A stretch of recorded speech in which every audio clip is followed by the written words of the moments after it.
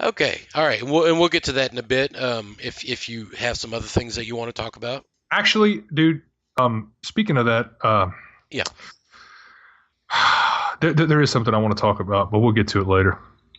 you sure? Yeah, yeah, totally, dude, totally. That way, I won't. It's the reason why I don't want to talk about it now is because it's not important. So by that time, I'll forget it. See what I did there? That's Me not a either. that's not a good start. That's not a good start.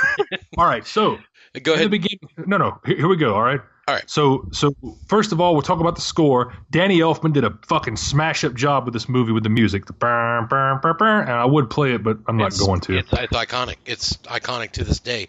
To this day, you hear that song and you know that it's Batman.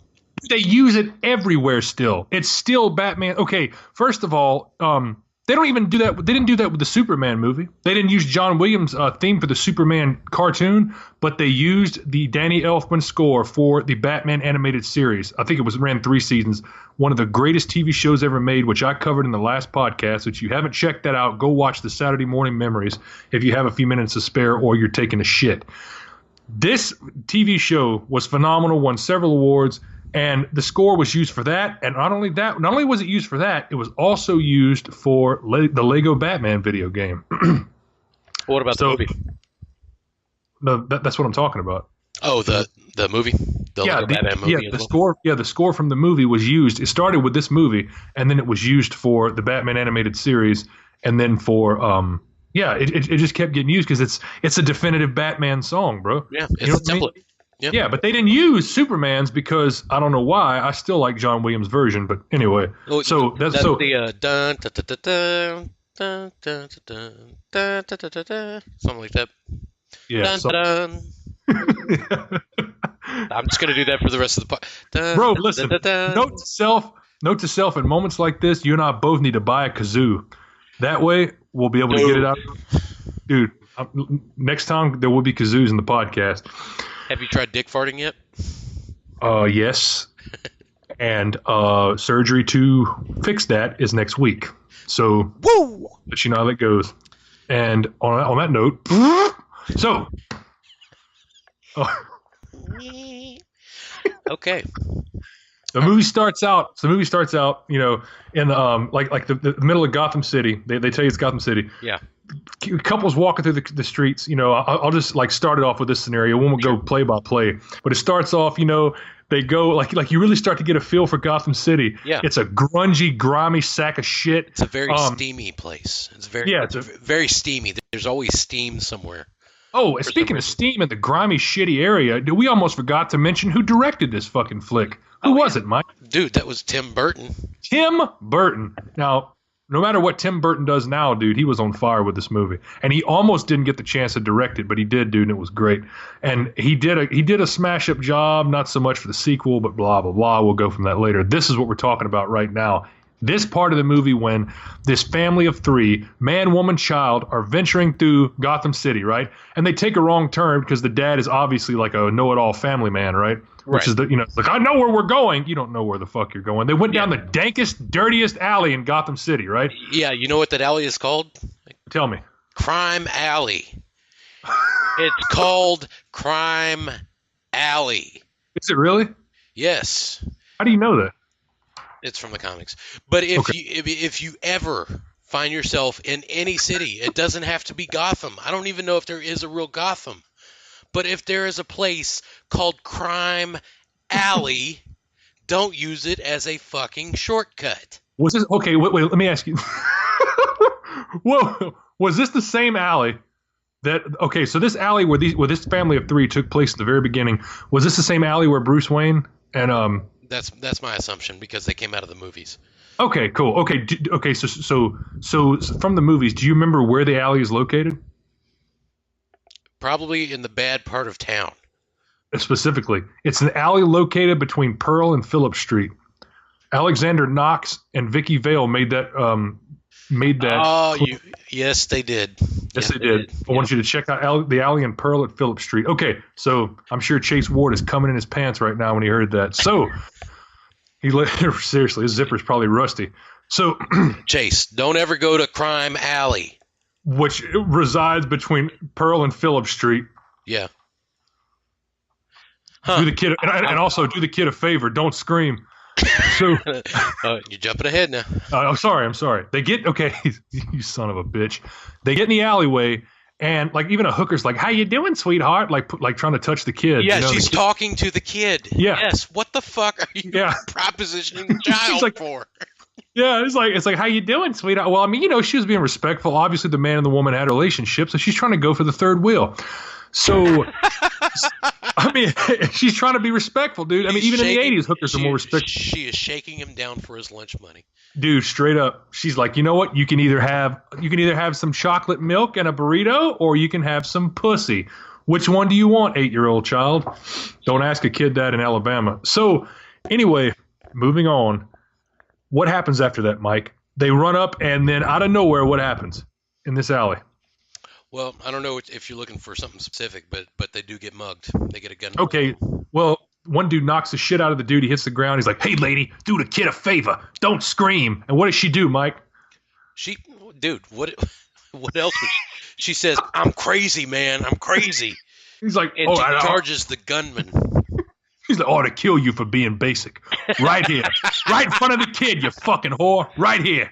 Speaking of the whore, come get the kid. I know you was looking at him. Oh, man. So, after this happens, dude, they mug the woman, they rip her pearls off, and they run down the street. So you see a figure of Batman watching.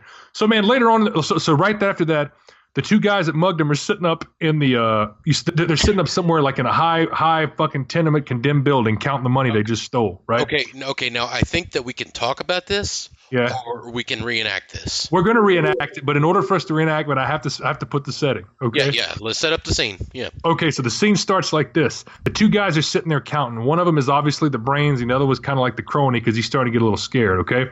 So they're counting money. Okay, now Mike, who do you want to be? Do you want me to be the head guy and you be the crony, or how do you want it to go? As much as I want to say, shut up. Yeah. No.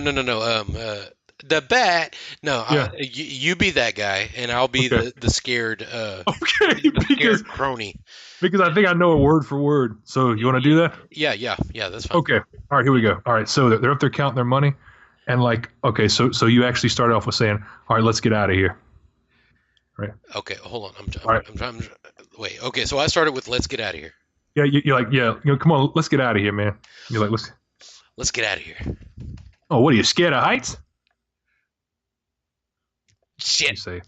You say, no. You say after what happened to Johnny Garbs. There you go. Oh, after what happened to Johnny Dobbs. Okay, let's do this. Let's do this. Hold on. Let's start over. Yeah. Okay. All right. Hold on. I'm gonna pull it up on. You're pulling up the script. Yeah, because I didn't think I know the other lines. I just didn't realize that it went beyond that one part. Like that ain't what I heard. All right. You ready?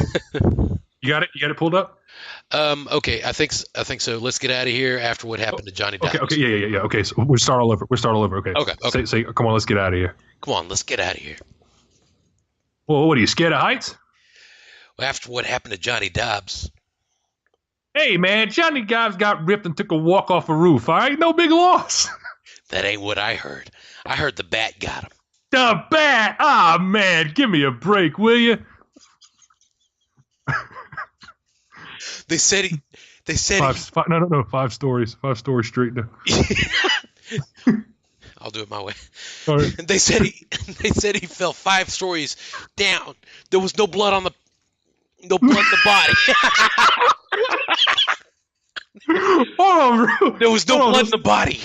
Oh shit! It was all over the pavement. Okay.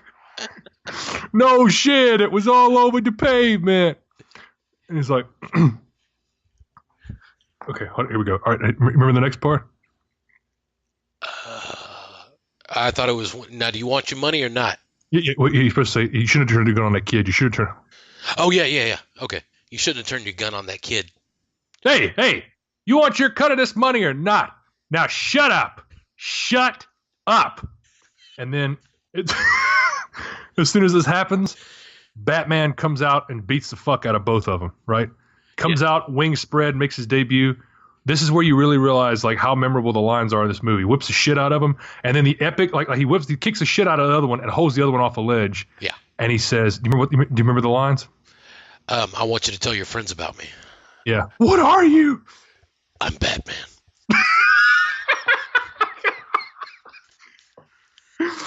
Oh, and then he jumps off a cliff and disappears into green screen land.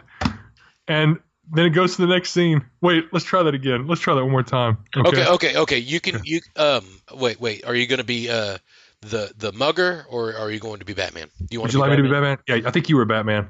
Let me try to be Batman, okay? Okay. Tell me. Okay. So I want you to say, "Don't kill me, man." Yeah. I got the line right here. Okay. Yeah. All right, go ahead. Don't kill me, man. Don't kill me. Don't kill me. Don't kill me, man. I'm not going to kill you. I want you to tell all your friends about me. What are you? I'm Batman.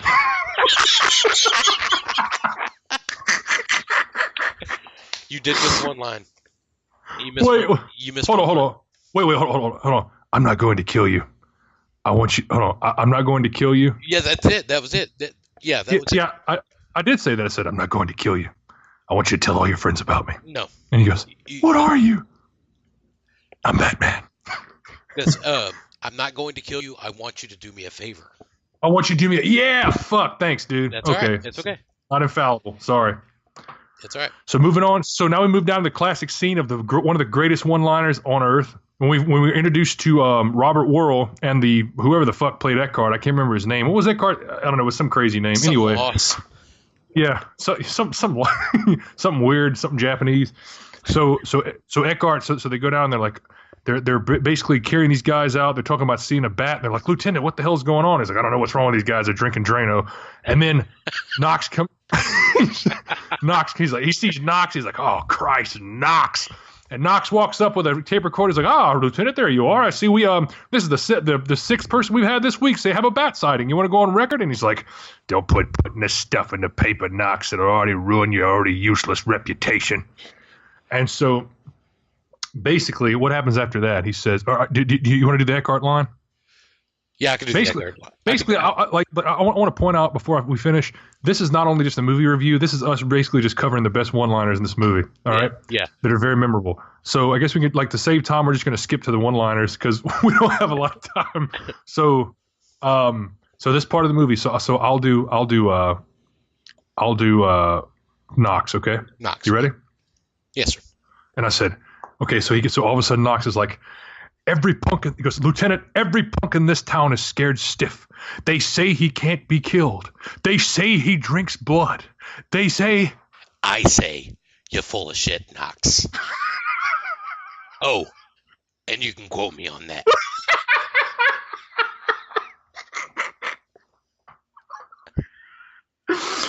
"Oh, man. Lieutenant, is there really a 6-foot bat in Gotham? And if so... If so, what's he pulling down? Half the taxes." So we fast forward. Go ahead. Did we skip the part where Eckhart gets a snack? No, we're actually getting to that. This is where Eckhart walks to. This is one of the best scenes in the movie, dude. Eckhart walks up. Now he walks in and he says, okay, so I'm going to let you be Jack Nicholson here. Okay. Okay. All right. So I walk up and I go, and Eckhart walks into an alleyway, because he's a dirty fucking cop, and he meets up with some gangsters that run the city, and Jack Nicholson, playing a gangster named Jack Napier, says to him, "Brought you a snack, Eckhart." I catch it in my hands, which is a pile of money, and I go, "Oh, you don't have to broadcast it." Shut up and listen.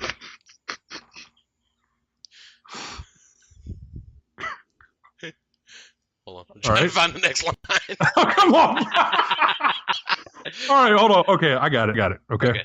I'll do it. Let's start all over. Okay, here we go. Okay. You be Eckhart. You can be Eckhart. I'll be Jack Nicholson. All right. Here we go. All right. "Brought you a little snack, Eckhart." "Why don't you broadcast it?" "Shut up and listen.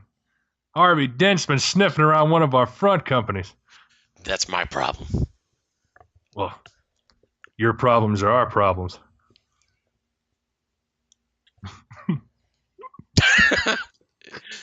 Um, Roll in credits. yeah, and that was.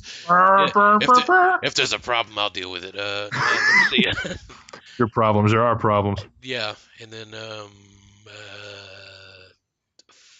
I answer to Grissom, not to psychos. answer to Grissom, not to psychos.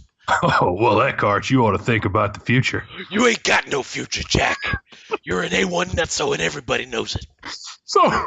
So he grabs Eckhart by the face and pushes him against the wall, and his man behind him points a gun at Eckhart's face and says, "Better be sure. You see, you can make a good decision when you try."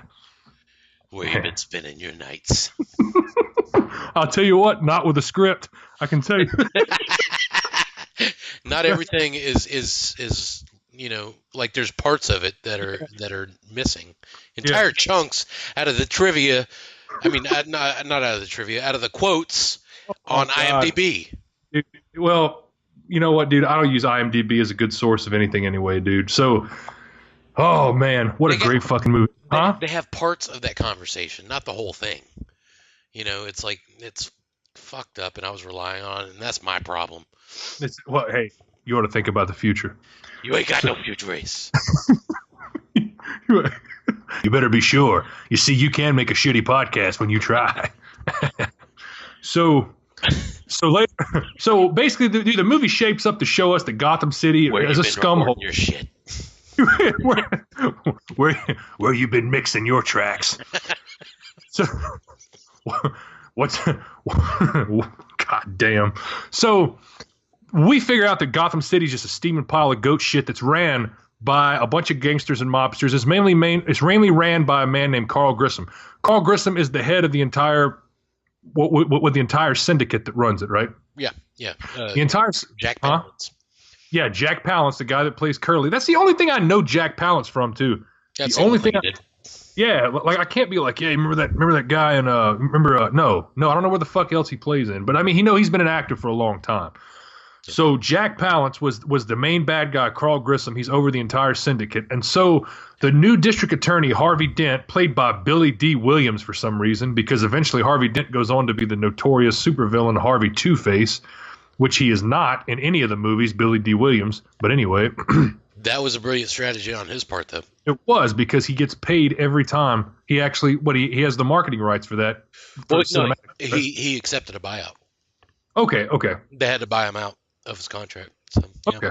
Well, that sounds good. I mean, can you imagine how many Colt 45s he would be able to buy with the money that they paid him? He could afford 2 zigzags as well. Oh, God, that's all, baby. That's all we need. So anyway. Okay. So what happens with Carl Grissom is that he's talking about one of his front companies, right? The chemical company, I believe. And if the press finds out that they're attached, then it would be catastrophic to their organization, from what I understand. And by the way, I want to point out one of the first words that he says when you first see him is he slams his head on the desk and goes, "Son of a bitch!" And then, okay, sorry, I just wanted to point that out. Go ahead. That's okay. That's a great one-liner. Yeah, it is. I wonder if somebody fed him that line.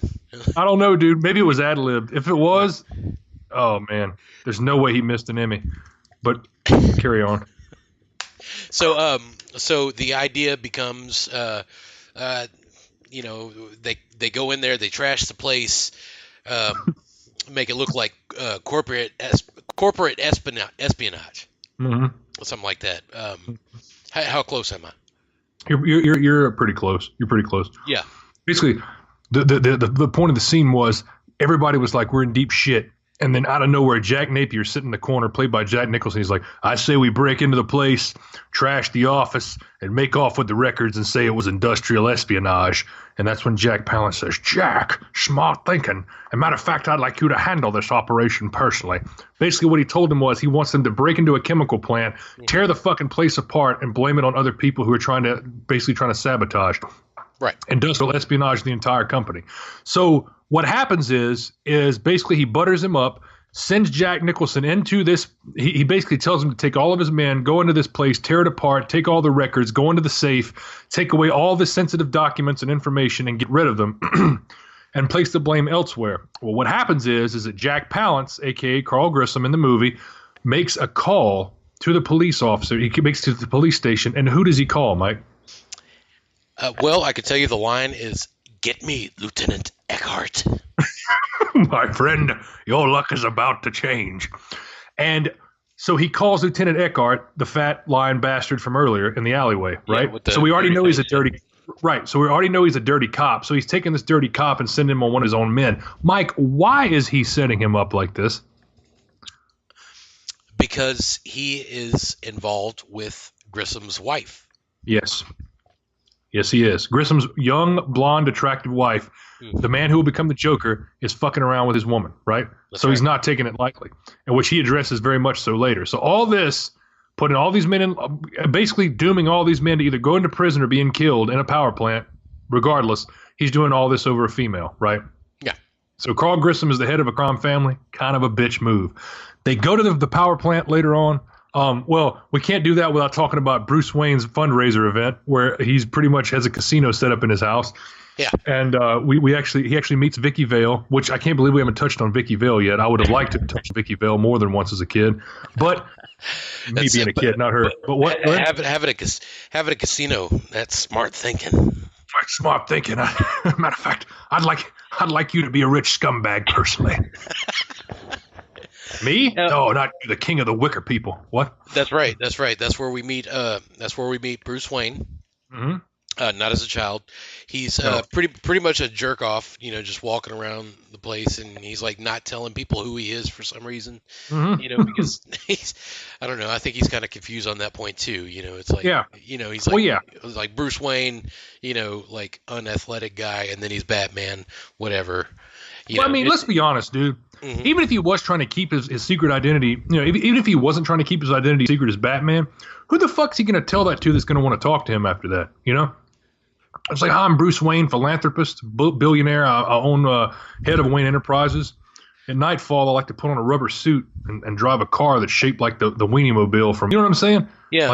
I drive a car that looks like it was made at a carnival, I'm just speaking for myself. I would have no problem telling people either one half of that or the other half, but not both.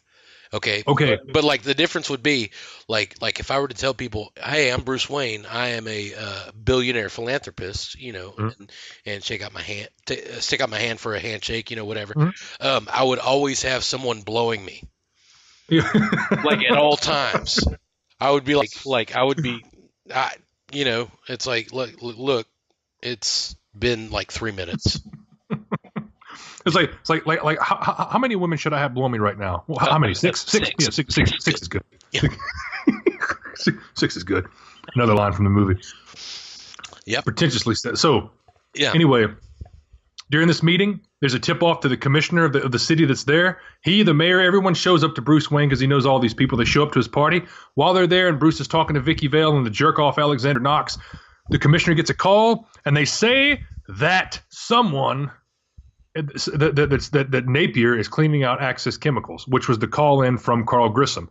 When the commissioner finds out that Lieutenant Eckhart is in charge, the lieutenant already has suspicions that Eckhart's a dirty cop. They go to Axis Chemicals, right? Right. Well, Bruce Wayne gets wind that they're doing the same thing because he's watching from the camera in his mansion. Underneath his mansion is obviously the Batcave. That's where he's residing to see this footage. They go to Axis Chemicals, right? So they show up. Jack Nicholson goes into the main office, opens the safe, realizes that nothing is in there because it's already been moved because they were tipped off. And his words were, "We've been ratted out here." Go ahead. What did he say? Yeah. We've been ratted out, boys. Watch yourself. And so they get in there. So there's a giant shootout, right? A giant shootout in Axis Chemicals, right? You got these bunch of mobsters who look like they were on the Untouchables, and they're shoot out with the Gotham City Police Department. Mm-hmm. They're shooting each other. There's chemicals shooting everywhere. There's shit exploding. And Jack Napier's we find out he's somewhat of a psychopath, but not quite yet to his full capability. Right. They chase him up the steps. All of a sudden, you see Batman is on the scene. So Batman's already kicking people's asses. He punches the shit out of some dude. He shoots some guy with his grappling hook and leaves him hanging by his neck, which doesn't kill him miraculously. And then at the last minute, dude, and we've talked about this before, Jack Napier points his gun at one of the guys. He points it at Eckhart, man. So they're like, Jack, let's go. And this randomly goes, Eckhart, think about the future, and shoots this fat bastard in the chest from the balcony, right? Right. But we notice that Batman does nothing to save Eckhart, but he jumps in right after he kills Eckhart, bro. Yeah, and I had to go back and watch this to see what you were talking about. But what he does is he jumps in, he thrashes Jack Napier quite a bit, and then disappears. Yeah. And then he shoots Eckhart, and then he goes to shoot the commissioner, and then he shows up again. He's like, I don't. Is Bruce Wayne as Batman playing chess? Dude, one of two things happen. Either Batman just was like, all right, I got to take a breather. Whoever dies in this little 5-minute period, I don't give a fuck. All right, I have asthma. I have bad asthma. Yeah, that's on them. Yeah, fuck them. And, I've done my part. So, what, a dirty cop died? Okay, good. Then we're good. All right, back to work. It jumps out of nowhere, Yeah, it reminds me of that part of Naked Gun where he's like, Frank Drebin had killed 25 drug dealers or something like that, or 50 drug dealers. And he's like, actually, the last 2 I backed over with my car, but it turned out they were drug dealers. So what a good movie. Rest in peace, Leslie Nielsen. Yes. So basically, this is where it all starts. Batman ricochets a bullet that Napier shoots at him. It hits him in his face.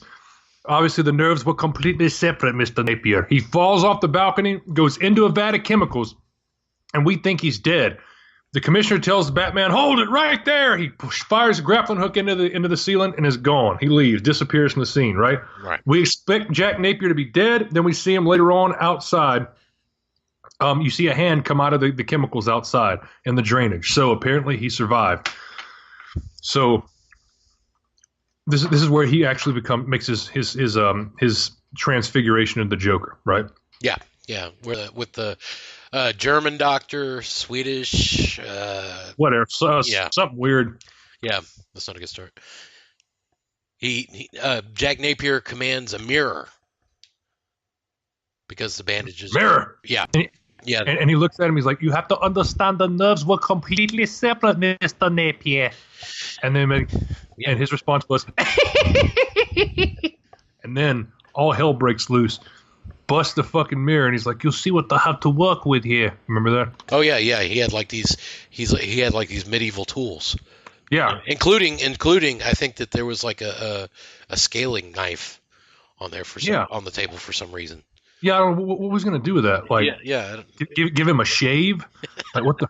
So Mike, now we're coming up to the part, the moment of truth, where the Joker reveals himself as the Joker, right? Yes.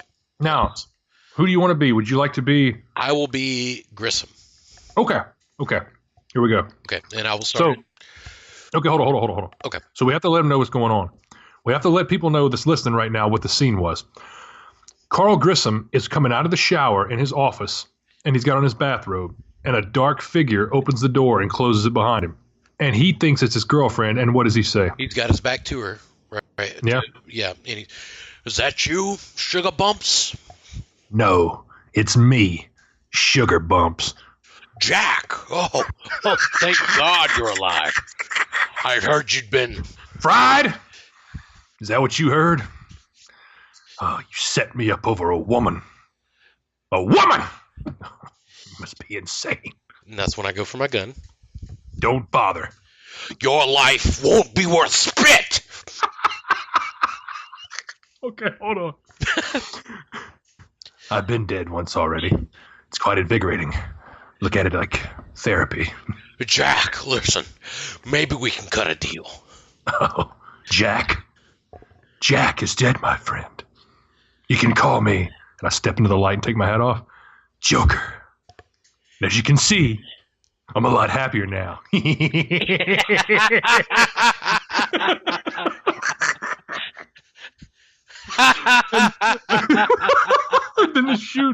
Then the shooting spree begins. Oh yeah. and after he empties all the guns, he throws his hat in there. Ah, what a day! What a day! And so Bruce Wayne and Vicky Vale fuck, And then that scene boring. Yeah. Yeah, I was like, oh, I'm a little drunk, and you're not even there. One drink, and I'm flying. Obviously, you're gonna fuck. You walk up those entirely large stairs. They have that cute little scene with the long table, and then Alfred tells an embarrassing story to Vicky Vale about how there Master Bruce was covered in mud and nursing a sprained ankle. That was the first and last time I ever gave him a riding lesson. Well, I think I've embarrassed him enough for one night. Good night, I'll clean up in the morning. Of course you will, you're a fucking butler. Yeah. Anyway. There's a deleted scene where he told him he was going to chain him to the radiator if he didn't leave at that point. There was also a deleted scene where he was like, Master Bruce, if you can't pick up in the slack and Miss Vale wants a little 2-on-1, the old Longfellow might have some dust on it, but it's still a torpedo nonetheless. I'll be in my room if you change your mind. So I will knock the dust off those lady parts. If I may be so bold, sir. Let me tell you, my pacemaker's not the only mechanical organ in my pile of arsenal. There's snow on the mountaintop, but there's snow on the mountaintop, but there's coal in the fire. So, God, dude, I really got to check out those deleted scenes. I really do. You missed so much. I did, man. I missed that one deleted scene where, like, you always wonder where Alfred is, and like, he just busts in one day. He's like, Alfred, is my laundry done? And Alfred has a rope around his neck jacking off. Dude, that's actually an Easter egg in the movie, bro. He's like, what? That explains where the broom is. Yeah. And then he closed the door. Yeah. Master Wayne. He's like, oh, it's okay. I'll keep your secret if you.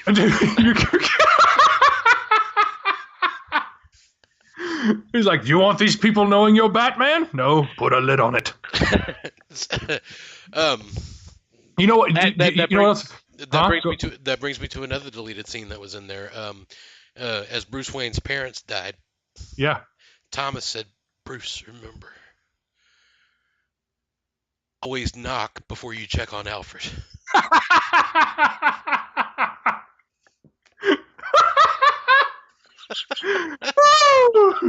Oh man, you know what's crazy? This deleted scene is actually added to another deleted scene in Batman and Robin. Because in Batman and Robin, it's like, at the very end when he's like, Victor Freeze, please help me save Alfred's life with McGregor syndrome. He's like, he jacked off too much in the previous movies. I don't have a cure for that. Please disconnect the internet.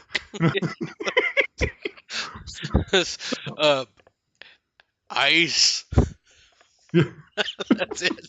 Dude, so, I mean... He had no ad-lib. He was like... No, seriously, so I honestly... So I basically have to go back and watch all the deleted scenes from Batman and Robin, Now I have to do that for sure. Yeah. Right? Yeah. Because it's like... Greasing now? Okay. Yeah, no, he's basically asking me, he's like, so Victor Freeze, how are we going to save Alfred's life? He's like, I don't know. I'm not sure how he gets an erection at such an old age. I'm not 100% sure.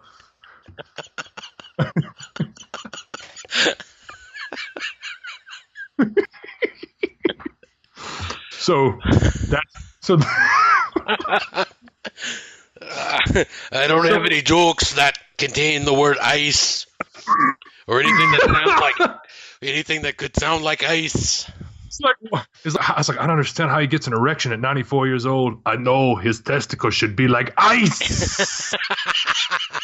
All right, we're gonna have to cover.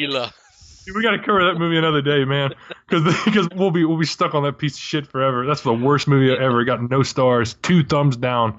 I've actually got to watch it for the first time. So yeah. You need to. I mean, it's a good campy movie to like laugh at and enjoy. Like if you really want to be open minded, but as a movie itself, dude, it's such a slop of shit. Dude, the hogs wouldn't eat it.